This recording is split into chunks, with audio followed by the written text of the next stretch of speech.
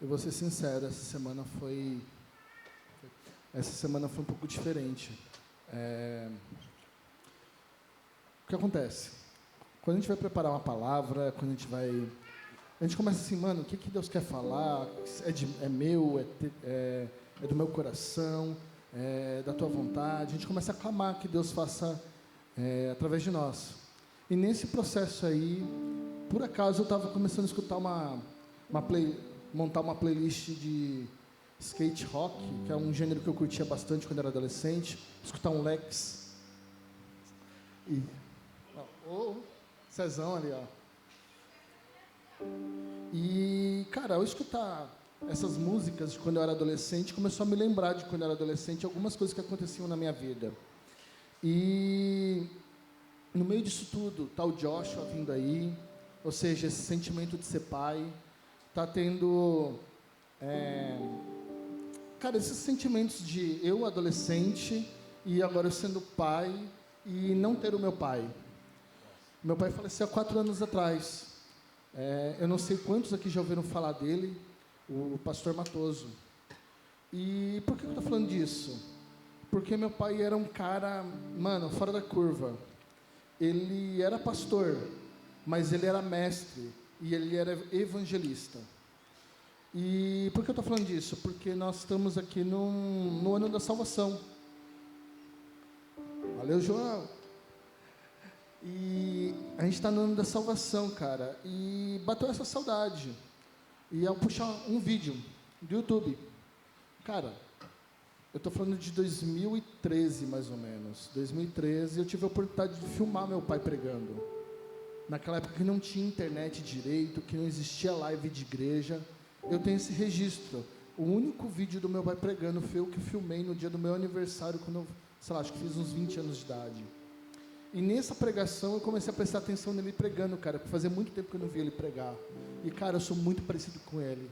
Mandei o link pra Fer e, mano, era muito parecido esse meu estilo de querer trazer algum ensinamento e tal. E eu me vi nele, pelo menos no jeito de pregar. E eu fiquei assim com um peso maior ainda de estar aqui com vocês. E aí eu comecei a pensar, cara, se eu tenho um estilo de pregação, pelo menos na parte de pregação e mestre, por que não também ter uma vida de evangelismo como ele? E foi mais ou menos baseado nisso que eu vim aqui trazer para vocês. E não parece, cara, Cristo Salva tem uma história vinculada com meu pai.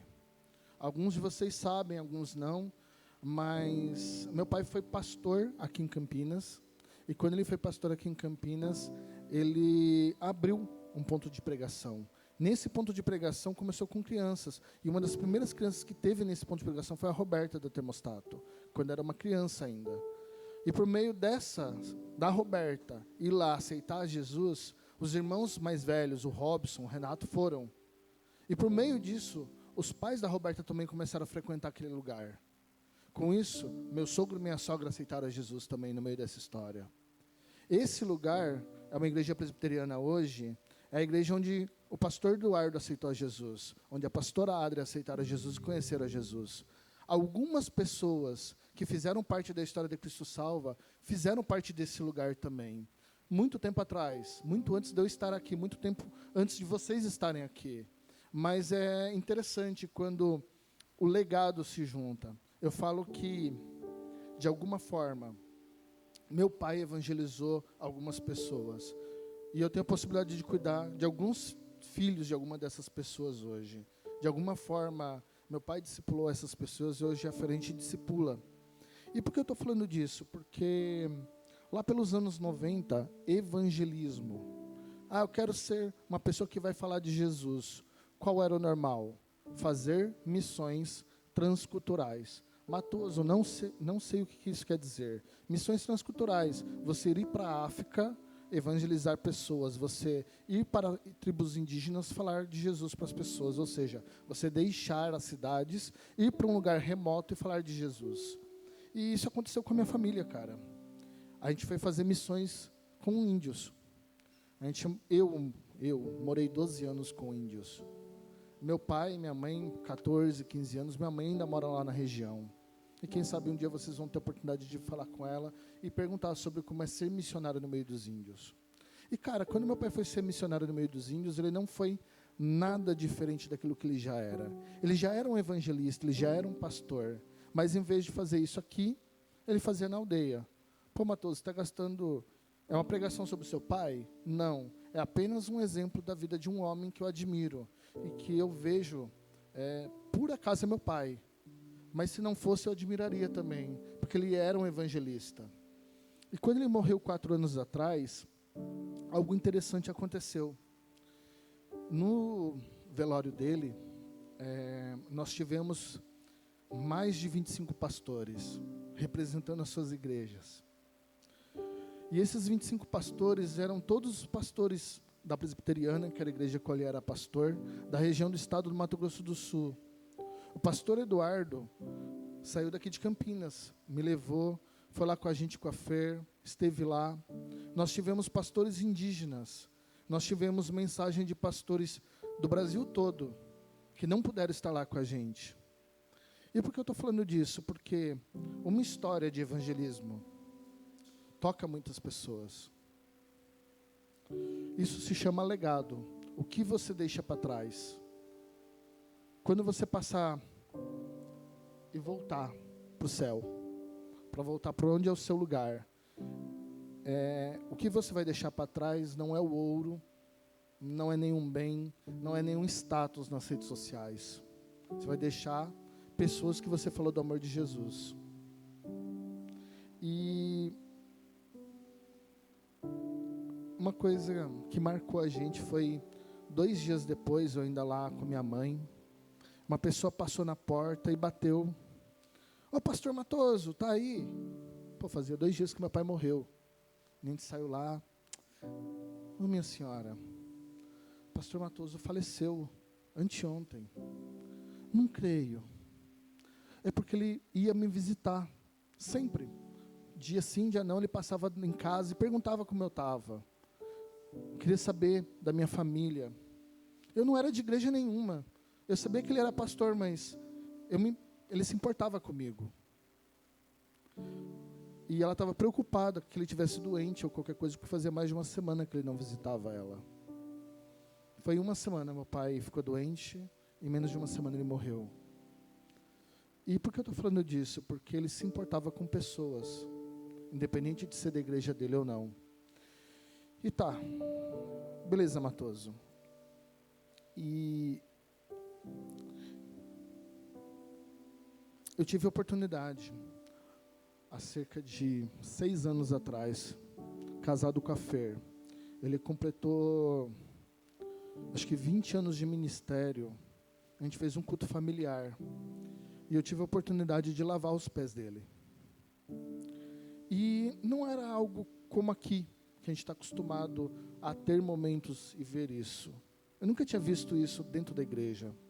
Mas a palavra de Deus diz em Romanos 10, 14 e 15. Como, pois, invocarão aqueles que não ouviram? Como, pois, invocarão aquele que não creram? E como crerão naquele que não ouviram falar? E como ouvirão se não há quem pregue? E como pregarão se não forem enviados? Assim está escrito: quão formosos ou quão belos são os pés daquele que anunciam as boas novas.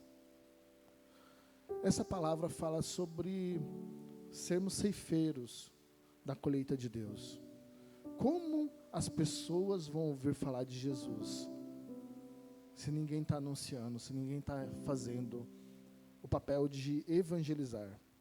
Não estou falando que você não faz, mas eu queria, lembrando de tudo isso e pensando no que eu iria ministrar aqui, me veio muito forte o básico do Evangelho. Marcos 16:15. Marcos 16:15. Pode ler, por favor, Evelyn. E disse-lhes: ide por todo o mundo e pregai o evangelho a toda criatura. Cara, pode ficar nesse texto um pouco? E disse-lhes: ide por todo o mundo, pregai o evangelho a toda criatura. Ide por todo o mundo, pregai o evangelho a toda criatura. Mano, o id, muitas das vezes ele é um verbo imperativo. O que quer dizer isso? Verbo imperativo, uma ordem. É tipo seu pai mandando você fazer uma coisa. Vai. Não estou perguntando, vai. Ide. Bora. Entendeu? É um negócio que tem uma urgência, que tem um chamado. Vão e anunciem o evangelho. Algumas Bíblias falam boas novas, a boa palavra da salvação, a toda criatura, a todas as pessoas, a todas as nações. Mas esse texto, nessa configuração, ide por todo mundo e pregar o evangelho a toda criatura, só tem Marcos. Se você procurar nos outros evangelhos, o que é evangelho, Matoso? Mateus, Marcos, Lucas e João. Os 4 textos que contam a história de Jesus. Que você, para cada um, ele escreve para um tipo de pessoa. Um é para os judeus, um para os que são de fora, outros para que estão aqui. Cada escritor tem um público-alvo. Mas todos falam a mesma coisa. Falam de quem foi Jesus e o que ele fez aqui na terra. Em Mateus a gente tem um pouco diferente. Mateus 28:19. Portanto, ide, fazei discípulos de todas as nações, batizando-as em nome do Pai, do Filho e do Espírito Santo. É o mesmo ide, o mesmo verbo imperativo, a mesma ordenança. Vão, falem de Jesus. Mas aqui ainda tem outras coisas. Fazei discípulos. O que é discípulo? É alguém que é igual a você? Matoso é de um jeito, um discípulo do Matoso tem que ser idêntico a ele? Não. Nem todos os meus discípulos são carecas. E nem todos têm barba.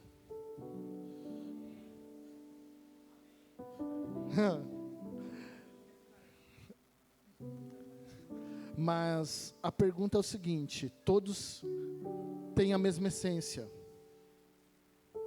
E Jesus falou mesmo. Jesus teve 12 discípulos próximos a ele. Desses 12, cara, na Bíblia, a gente só sabe de uns 6. 6 desses homens que eram apóstolos. A gente mal sabe o nome. Por quê? Porque não importava o título, importava o que eles fizeram, mesmo sem a gente saber. E por que você está falando isso, Matoso? Porque você nem sempre vai ser lembrado pelo que você fez na frente dos outros, por estar em cima do altar. Nem sempre você vai aparecer na foto do termostato, mas importa o que você está fazendo nos bastidores, independente de uma câmera. Batizando-as. Mano, é sobre nós, eu, Matoso, pegar alguém e plof? Não. O meu papel nesse processo é consolidar, ganhar, como que é?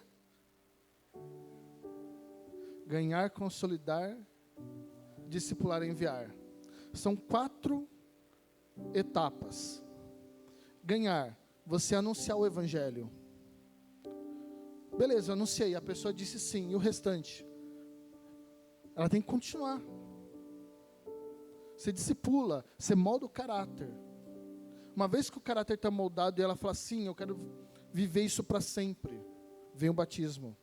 O nosso papel no ano da salvação não é apenas ganhar pessoas, é consolidar pessoas também. Por quê? Se ela entrar aqui, vir em 2 cultos e não voltar, no primeiro culto ela veio aqui na frente e ela não recebeu nenhum apoio depois. A salvação é o pacote completo. E cabe a nós, não os líderes, cabe a nós, vocês, o Wake, fazer parte da consolidação. O que é consolidar, Matoso? É chegar em alguém. Quem está chegando aí? Oh, você está bem? Tem alguma célula? Vem comigo. E continuando o texto, batizando-as, até o momento que ela esteja firme na fé para dizer, eu quero viver com Jesus, eu quero descer as águas, eu estou disposto a enfrentar a água gelada do abacateiro, porque não é sobre a água gelada, é sobre aquilo que vai acontecer no batismo. Beleza. Mas Mateus tem mais um versículo, versículo 20. Ensinando-lhes a obedecer todas as coisas que vos ordenei. E estou convosco todos os dias até o final dos tempos. O que é esse ensinar? Cara, escola de fundamentos. Escola de líderes. Preparando essa pessoa para que ela seja um evangelista através das células. Preparando para que ele tenha um próximo nível de intimidade com Deus. Preparando que essa pessoa que chegou, está aqui com a gente, desceu as águas, ela também possa falar do testemunho dela para as pessoas.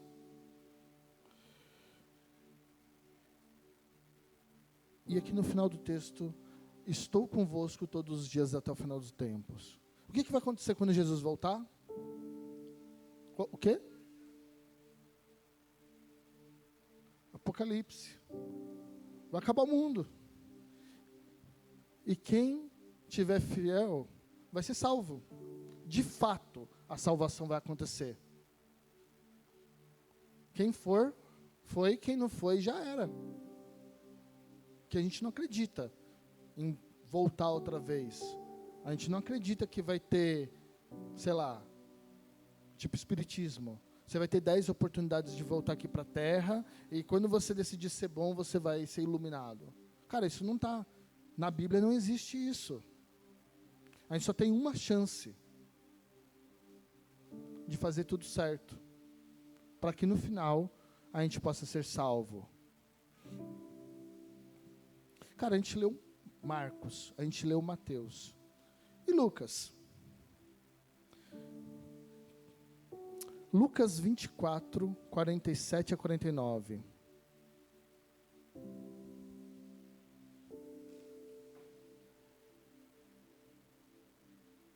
Em seu nome se pregaria o arrependimento para perdão dos pecados a todas as nações, começando por Jerusalém. Vós sois testemunhas dessas coisas.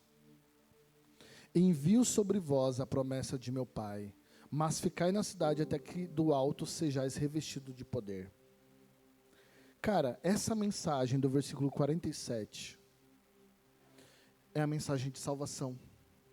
É o Evangelho. É o ID novamente. O que a ordenança, volta no 47, por favor, Ana. Qual foi a ordenança que foi dada? A ordenança de se pregar o Evangelho novamente. Cara, se um texto está na Bíblia mais de uma vez, se a mesma palavra está na Bíblia mais de uma vez, é porque é importante. É porque é canônico. É porque é uma coisa que vai fazer a diferença. Se a Bíblia insiste em algo, é porque vai fazer diferença na tua vida.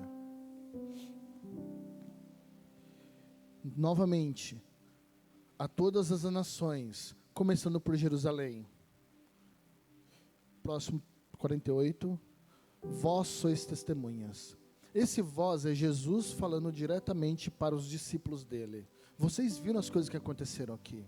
Vocês viram cura, vocês viram restauração. Beleza, Matoso, mas eu não sou um discípulo de Jesus, tipo, eu estava lá vendo. Mas você viu a sua cura. Você viu a sua restauração. Você viu milagres. Você viu a unção do poder de Deus no acampamento de jovens e adolescentes. Você já viu, eu tenho certeza, alguém sendo curado de algo pequeno ou grande. E em nome de Jesus, se você não viu, você vai ver. Por quê? Porque nós temos o Espírito Santo de Deus. E o mesmo Espírito Santo que estava ali no Velho Testamento, está com a gente hoje. Ele nos capacita para poder falar do amor de Deus, para levar o Evangelho e para poder curar. Fazer sinais e maravilhas. E onde você quer chegar com isso, Matoso? O final desse texto, 49. Permaneçam na cidade, em Jerusalém, até que seja revestido de vós poder. Que poder é esse? Do que ele está falando? Pentecostes. Atos. Vocês que são meus discípulos, permaneçam firmes. Aguardem o tempo certo, porque no tempo certo vai descer sobre vós o Espírito Santo. O fogo, a unção vai ser derramada em vocês, para que vocês possam fazer o ID. Aqui ele está ensinando que o ID é nós irmos, mas dependemos do Espírito Santo de Deus. Porque quem convence do Evangelho é o Espírito Santo. Nós não temos poder algum. Mas sem o Espírito Santo, não vai ter salvação. O que você quer dizer com isso, Matoso? Vocês estão prontos para poder viver o sobrenatural com o Espírito Santo de Deus? Porque se vocês não estiverem prontos para viver o sobrenatural, a salvação também não vai fluir. Ah, mas eu não vivo o sobrenatural e quero estar nessa palavra de salvação. Então bora correr atrás, bora jejuar, bora buscar Deus, bora viver de forma diferente. Porque sem o Espírito Santo nós não somos nada. Amém? Gente, Matoso, mas meus pais falam que quem tem que pregar o Evangelho é o pastor. Se eu quiser que alguém seja salvo, eu levo lá na igreja. E a igreja que cuide para evangelizar. Gente, isso aqui que a gente acabou de ler é antes de Pentecostes. Não existia igreja. Aqui não está falando pastores vão. Aqui não está falando evangelistas vão. Aqui não está falando músicos. Nenhum dos 12 de Jesus era músico. Não existia banda, não existia louvor, não existia dança, não existia nenhum ministério. Apenas pessoas que falaram sim, eu vou ser discípulo. E eu vou anunciar a palavra de Deus. Isso daqui é para cada um de vocês. Ide, vão e anunciem o Evangelho. Faz sentido? Gente, foi dada a ordenança: fiquem em Jerusalém. Mas o que acontece com quem não ficou? Aqueles que haviam sido escolhidos. 2 discípulos. Pode colocar o texto, por favor, Ana?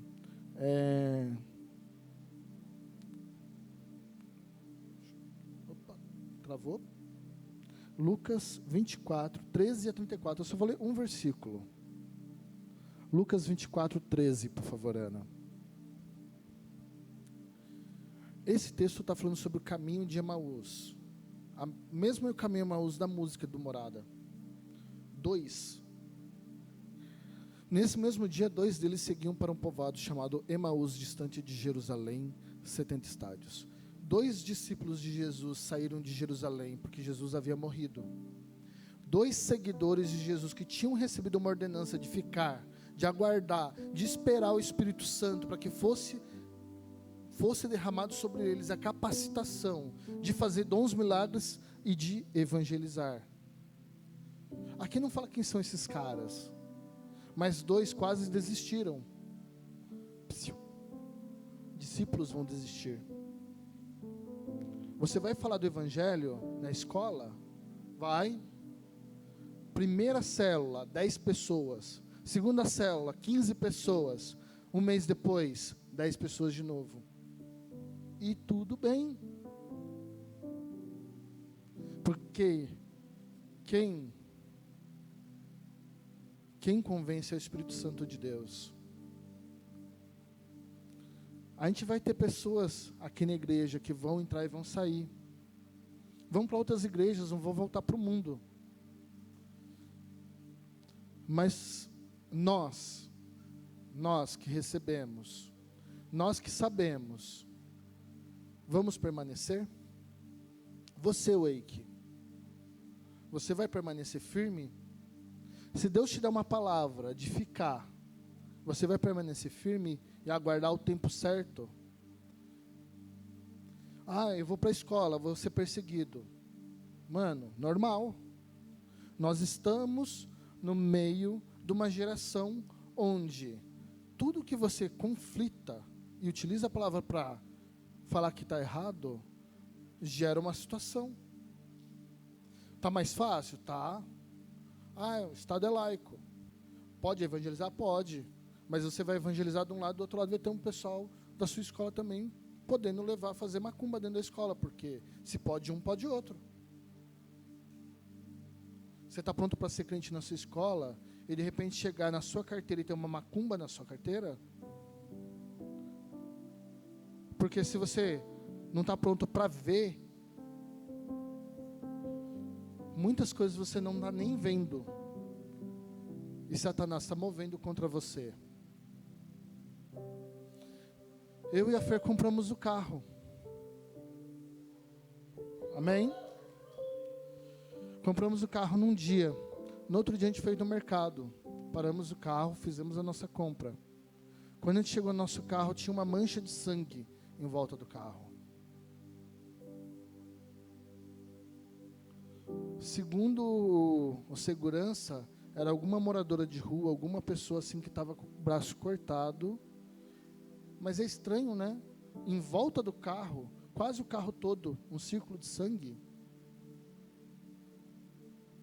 O carro que a gente comprou e esperou quase 6 meses orando para que fosse bênção. Porque a gente não comprou um carro para nosso conforto, a gente comprou um carro para que fosse bênção. Gente, eu estou falando isso por quê? Porque essas coisas acontecem. Ser perseguido é normal, se você é cristão de verdade. Então, ide.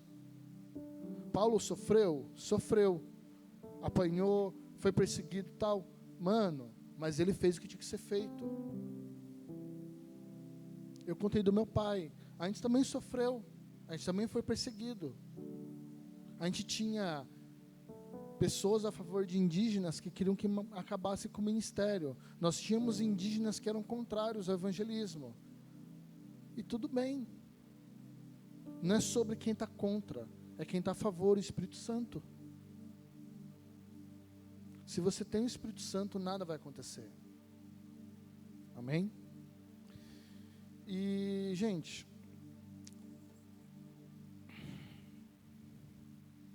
eu sei que foi muita informação. Nós estamos aqui para cumprir o ID. Amém? Nós estamos aqui para cumprir o chamado de evangelizar. Matoso, mas eu vejo uma igreja na internet, no Instagram, que eles vão no meio da praça e fazem um monte de coisa. É um tipo de evangelismo. Qual é o tipo de evangelismo principal? Não é o único da nossa igreja. Célula. E por causa disso, não é o único jeito, tá? Mas é por causa disso que a gente vai ter um momento agora. Eu sei que está um pouco mais cedo, eu sei que foi rápido, mas você vai ser convocado pelo Espírito Santo no seu coração. O Espírito Santo vai te incomodar agora. Se você já tem célula, amém. Nós vamos estar orando aqui com você. Se você não tem célula, a gente vai clamar agora, que o Espírito Santo vai estar vindo no coração de vocês agora, como flecha, acertando seu coração, criando o desejo de falar da palavra, de abrir uma célula, de estar envolvido com a sua célula, de multiplicar a célula de vocês. O louvor já pode subir. Os líderes vão estar se colocando na frente daqui a pouco. Pedir para o Cauã estar ministrando a música que ele preparou. E daqui a pouco a gente vai estar tendo um momento aqui. E eu queria que vocês tivessem olhos fechados, nada de conversa agora. Esteja com sua mente fixa em Deus. Esse é o ano da salvação. Esse é o ano da gente estar preparado no Espírito Santo de Deus para viver o sobrenatural. Esse é o ano que nós vamos depender do Espírito Santo para viver todas as coisas. Não é sobre a nossa força, não é sobre a nossa espiritualidade, é sobre dependência. é sobreviver aquilo que Deus tem para entregar nas nossas vidas.